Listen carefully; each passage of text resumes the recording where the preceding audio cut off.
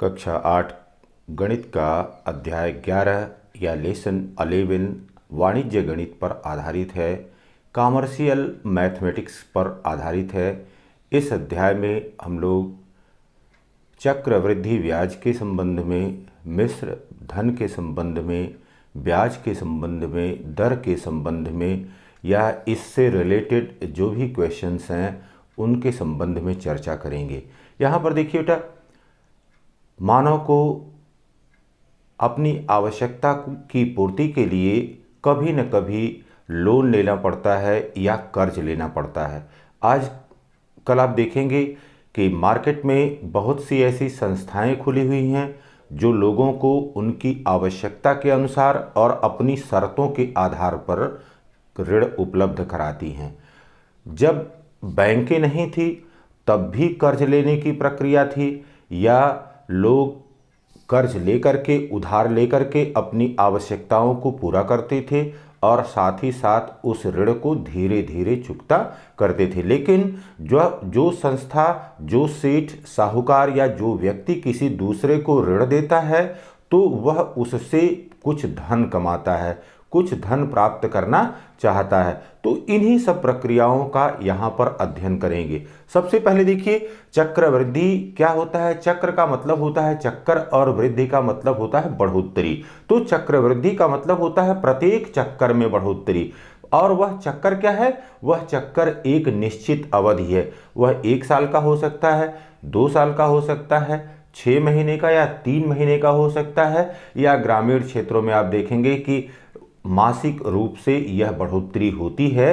अब यहां पर देखिए, मूलधन के साथ साथ अगर ब्याज पर ब्याज लगाया जाता है तब ऐसे ब्याज को हम चक्रवृद्धि ब्याज कहते हैं। तो मूलधन के साथ साथ ब्याज पर भी जो एक निश्चित अवधि के बाद ब्याज आता है उसे मूलधन में जोड़ दिया जाता है और वह नया मूलधन हमारे लिए हो जाता है और उस पर फिर ब्याज लगना शुरू हो जाता है। तो प्रत्येक नियत अवधि के बाद ब्याज मूलधन में जुड़कर अगली अवधि का नया मूलधन बन जाता है।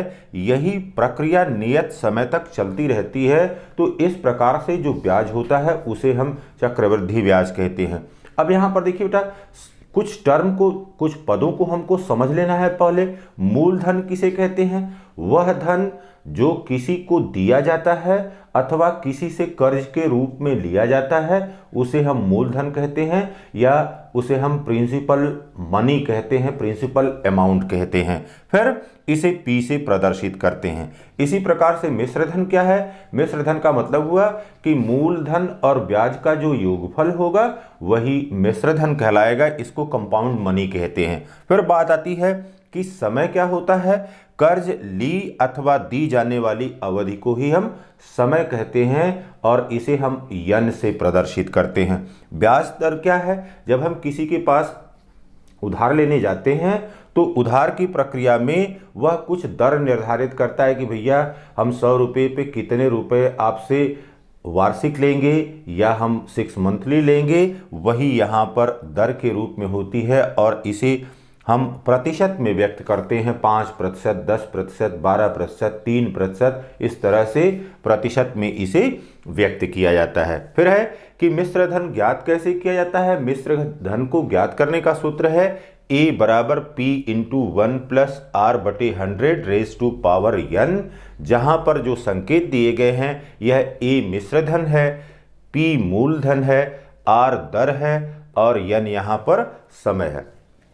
अब कुछ टर्म जो यहां पर हैं जिनको आपको याद रखना है क्लास 8 तक। सबसे पहले देखिए कि 1 वर्ष का जो समय होता है, 1 वर्ष का समय उसको हम 12 माह कहते हैं। और 1 वर्ष में कितने छमाही होते हैं? 1 वर्ष में 2 छमाही होते हैं।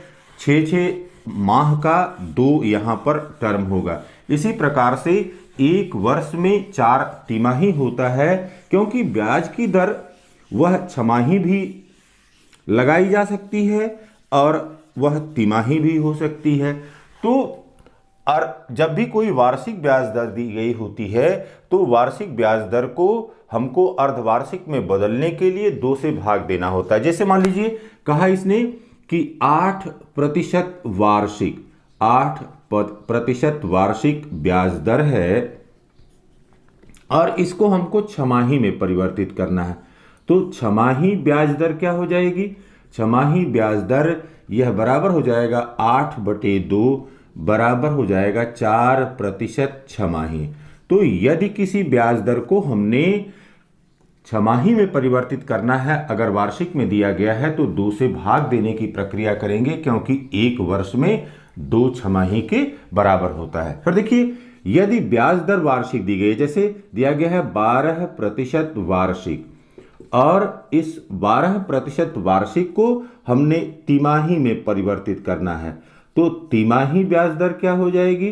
तिमाही ब्याज दर यह बराबर हो जाएगा 12 और यहां पर 4 हो गया, क्योंकि एक वर्ष में 4 तिमाही होते हैं, तो यह बराबर हो गया 3% तिमाही। तो इन सब बातों का हमने ध्यान रखना है कि जब ब्याज दर वार्षिक दी गई है तो उसे किस प्रकार से हम अर्धवार्षिक में परिवर्तित करेंगे, किस प्रकार हम उसको तिमाही में परिवर्तित करेंगे।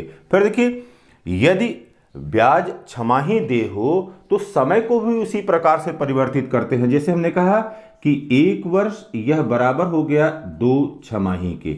यदि 2 वर्ष दिया गया है तो 2 वर्ष बराबर हो गया 2 × 2, यह बराबर हो गया 4 छमाही के।